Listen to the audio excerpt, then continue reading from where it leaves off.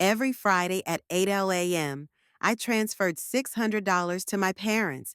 It wasn't charity, it was my apology for leaving, for living differently, for not fitting their idea of a daughter. But last weekend, my 7-year-old son came home crying. Grandma said we don't exist. That sentence broke something I'd spent years trying to fix. You want to know what it feels like to bleed money for forgiveness? To watch your bank account drain every week while you tell yourself it's love? $600 every single Friday for 3 years. That's almost $100,000 I poured into a void, hoping maybe this time, maybe this payment, they'd remember I was their daughter. I worked night shifts as a nurse. Do you know what that means?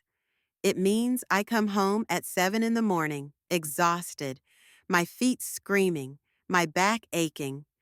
And the first thing I do, before I even kiss my sleeping son goodbye, is open that banking app, click transfer, type in their account number that I know by heart.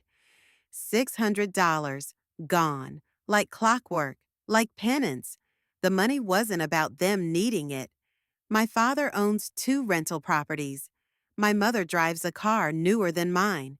The money was about me needing to give it. Because somehow, in the twisted mathematics of guilt, I thought I could pay my way back into their hearts. I thought if I just gave enough, sacrificed enough, bled myself dry enough, they'd forgive me for the crime of being myself. Every Friday, I'd send that money and then type the same message. Sent. Just those 2 things, the word and a heart emoji, like I was signing a love letter instead of a bank transfer. Like I was saying, I love you, instead of, please don't hate me. And you know what I got back? Silence. Radio silence. But I told myself that silence meant something. I told myself it meant forgiveness was coming, that patience would pay off, that good daughters don't give up on their parents. I became an expert at reading silence. The way they didn't respond to my texts became a language I convinced myself I understood. No response meant they were busy. No response meant they were processing. No response meant maybe next week they'd say something back. I was fluent in the dialect of abandonment, and I translated every cruel, quiet moment into hope. My son Leo, God, my beautiful boy, he believed his grandparents were just busy. That's what I told him. Grandma and Grandpa are just busy, sweetheart. Busy rejecting us. Busy pretending we didn't exist. Busy cashing my checks while erasing our faces from their family photos. But 7-year-olds don't understand that kind of busy. 7-year-olds think busy means you'll call later, that busy means you still love them, but you're just at work. I protected him from the truth for so long. I made excuses for why they never called on his birthday. I explained away why they weren't at his school plays, his soccer games, his little moments that grandparents are supposed to treasure. I became a professional excuse maker, a craftsperson of justification. They wanted to come, but they were going to call, but they love you so much, but children aren't stupid. They feel the empty spaces where love should be. They notice when other kids get birthday cards and phone calls and surprise visits, and their grandparents exist only in carefully edited stories their mother tells to fill the silence. Leo started asking fewer questions about them, not because he stopped caring, but because he learned that those questions made Mommy's eyes look sad in a way that scared him. The school recital. God, the recital. Leo had been practicing his piano piece for weeks. This tiny little song, Twinkle, Twinkle, Little Star, but he played it like he was performing at Carnegie Hall, his small fingers stumbling sometimes, but his face so serious, so concentrated. He'd look up at me after every practice and ask, "Do you think Grandma and Grandpa will like it?" And I'd say yes. I'd lie right to his beautiful, trusting face and say yes, they'll love it. Because what else could I say? that they'd rather pretend he doesn't exist than sit through 5 minutes of their grandson's music, that they've written him off as completely as they've written me off, that his little heart would break if he knew the truth.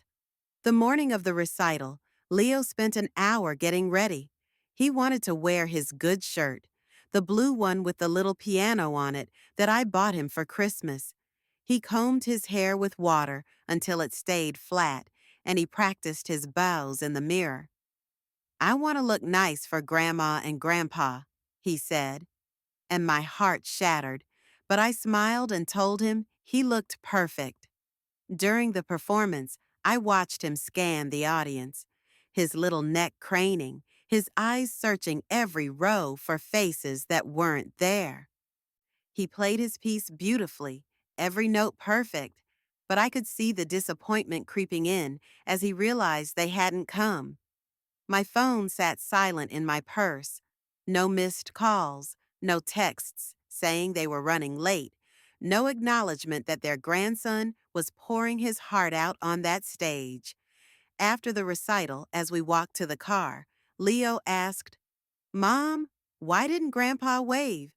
And I realized he'd seen an older man in the audience and thought maybe, just maybe, it was his grandfather. The hope in his voice, the confusion, it cut through me like glass. I told him they must have gotten stuck in traffic, that they probably watched from the back and had to leave early. More lies, more protection, more of me absorbing the pain so he wouldn't have to. But then my cousin Sarah sent me that video clip from the family dinner. Just a random family gathering I wasn't invited to, because I'm never invited anymore. The video was shaky, probably taken on someone's phone. Just family talking and laughing around my mother's dining room table. The same table where I used to eat Sunday dinners, where I learned to fold napkins, where I told them I was pregnant with Leo and watched their faces change from joy to disappointment in real time. In the video, someone off camera asks my mother about me, about us, and my mother, my own mother, the woman who raised me, who taught me to say please and thank you, who once kissed my scraped knees, she laughs. She actually laughs and says, "We don't talk to her anymore. As far as I'm concerned, she and that boy don't exist." That boy, my son, her grandson, reduced to that boy, like he's some stranger's child, some inconvenience she can dismiss with a wave of her hand.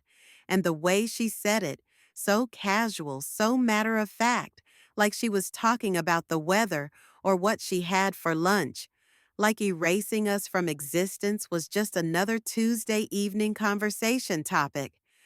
The line played in my head over and over. She and that boy don't exist. Louder than Leo's piano music, louder than my own heartbeat, louder than the sound of every Friday morning transfer notification pinging on my phone. 3 years of apology payments, and this is what I bought myself. The privilege of being disowned while funding their dinner parties. I sat in my car in the parking lot and played that video 12 times. 12 times I listened to my mother erase me, erase my son, erase 3 years of desperate attempts at reconciliation. 12 times I heard her laugh while she murdered us with words. And the worst part? The absolute worst part was that everyone at that table just nodded along. Nobody defended us. Nobody said, "That's harsh, don't you think?" Or, "Maybe you should give her another chance." They just accepted it like it was reasonable, like cutting off your daughter and grandson was a perfectly normal family decision. I thought about Leo asking about grandparents at school, making up stories about them to fit in with other kids who actually had grandparents who loved them. I thought about him practicing that piano piece, hoping they'd be proud. I thought about all the times I defended them to him, made excuses for their absence, protected their image while they were busy destroying mine. The drive home was silent except for the sound of my own rage building, not the explosive kind of anger that makes you scream and throw things. The quiet kind that settles in your bones and changes you at the cellular level. The kind that whispers dangerous truths, like maybe they were never worth the fight. Maybe I was never the problem. Maybe some people are just incapable of love, and I've been trying to squeeze blood from a stone for 3 years. When I got home, Leo was at his friend's house for a sleepover. The apartment was quiet, too quiet, the kind of quiet that forces you to hear your own thoughts, to face the truths you've been running from. I sat at my kitchen table, the same table where I'd written out my budget every month, calculating how to afford their weekly tribute while still buying groceries, still paying rent, still being a mother to a child they refused to acknowledge. I opened my banking app, the same app I'd opened every Friday for 156 weeks. The transfer was scheduled for the next morning, another $600 ready to disappear into their account like it always did. But this time, my thumb didn't just hover over the screen out of habit. This time, I scrolled through the history, every transfer, every Friday, every desperate attempt to buy love from people who'd rather have my money than my presence. $600 times 156 weeks, $93,600, nearly $100,000 I'd given them while they told dinner party guests that my son and I don't exist.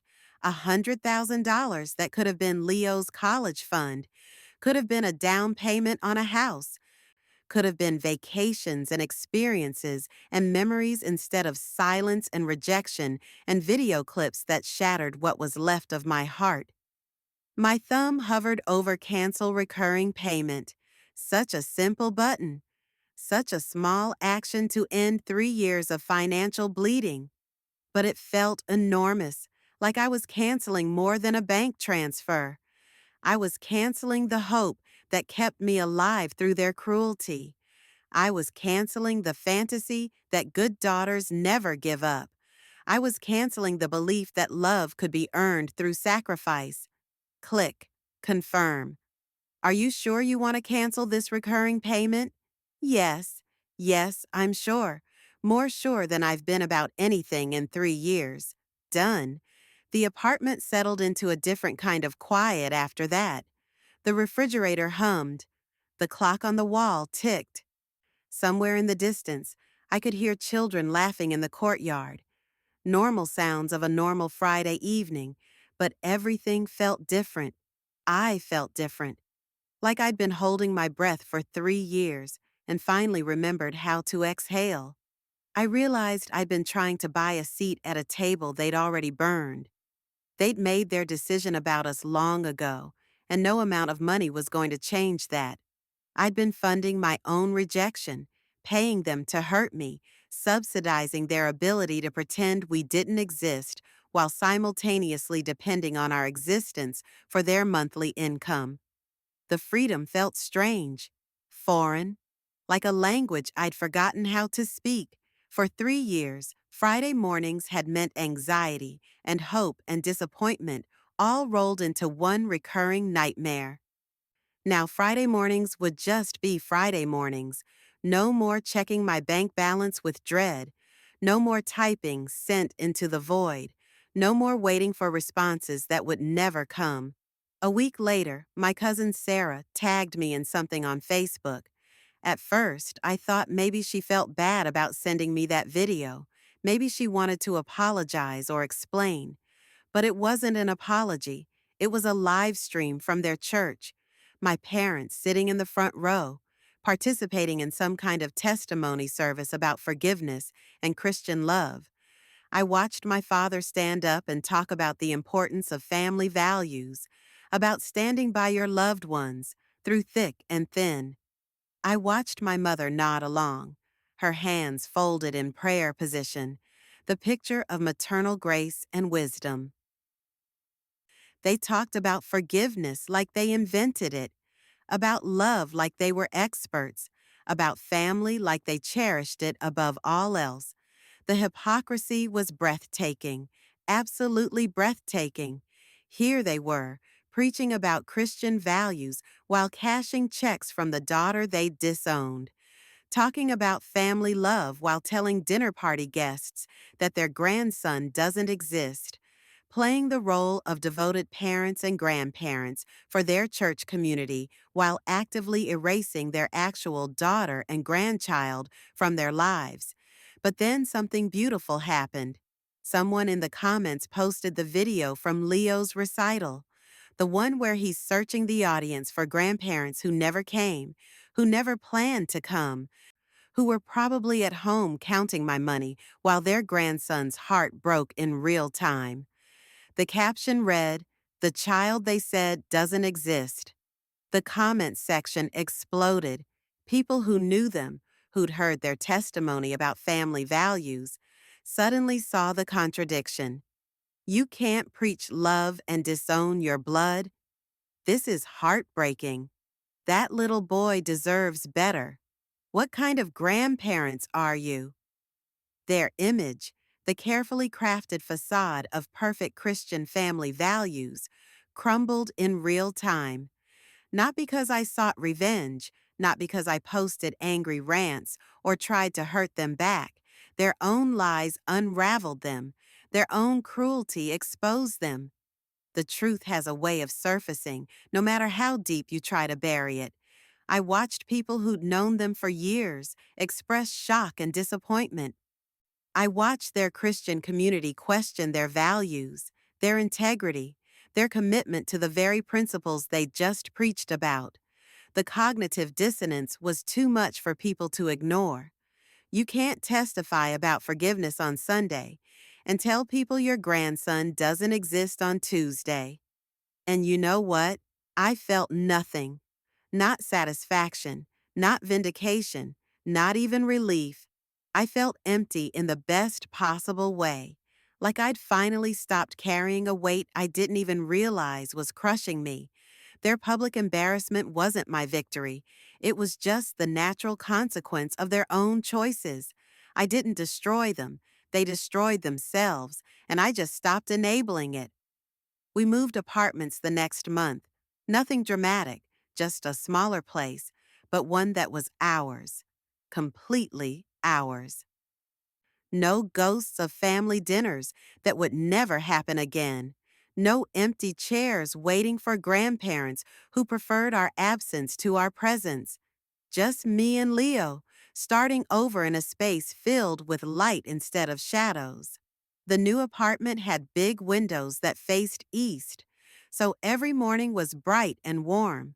Leo loved it immediately. He set up his keyboard by the biggest window and practiced his piano in the sunlight. No more performing for empty chairs or absent grandparents. Just music for the joy of music. Just practice for the love of learning.